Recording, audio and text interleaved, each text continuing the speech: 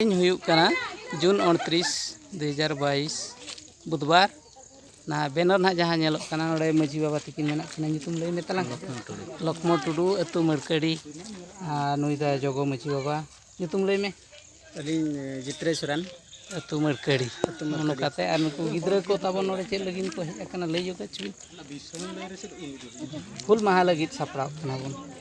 गिद्रे को जहाँ को हेज कना ऑलचिकीते ऑलोग साव सावते हुल माहा जो गपा मनावना ओना बखर सापड़ा बखर जुमिद कना को ओनाते अड़ी रस्का बुझो कना चला अबोन गपा सापड़ाव कना कलेक्टरेट घेराव करे हूँ वो सापड़ाव नुकु गिद्रा को हूँ को ओंडे लगित को सापड़ाव कना आर मजी पारगना को हूँ को नेता हकार को गया बोन फिजिकली मीट काते नवा बेनर दो नोडे जहाँ जाओ सेरमा गे हुलसई माहा मनाव कना पे माहा नेस दो मिद माहा लगित गे सापड़ाव कना जो कुंडिया अतुरे 28 खन 30 धरी जाओ सेरमा गे हुयुग कना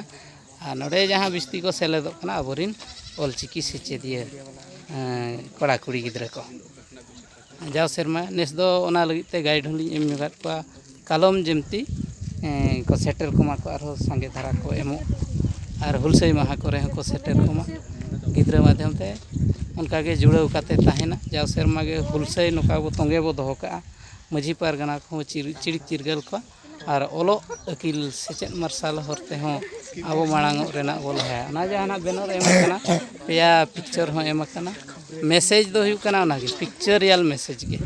नवा आड़ांग मैसेज जहाँ बो एम कना ओना करे खन गे बाडाय कना दिसम होड़ को चेदो पे ताबन नितो चेदो रेया उनका जांगे दाराम हो बनू अना सोशल मीडिया को अब ठेन अड़ी एक्टिव गे मेना ओना माध्यम ते हो चेदो मा अड़ी नापाय नापाय जिनिस चेदो मा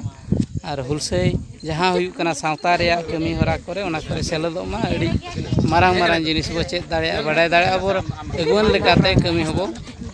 कमी दाड़िया मा तबे सनम को सारहाव और